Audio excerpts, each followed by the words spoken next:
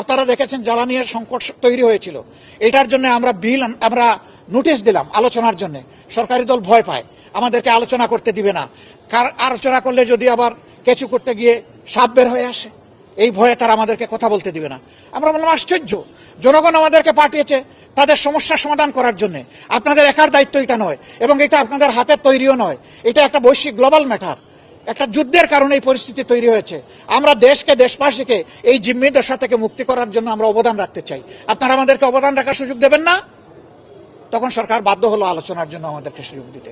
আপনারা দেখেছেন একটা অর্থবহ আলোচনা হলো।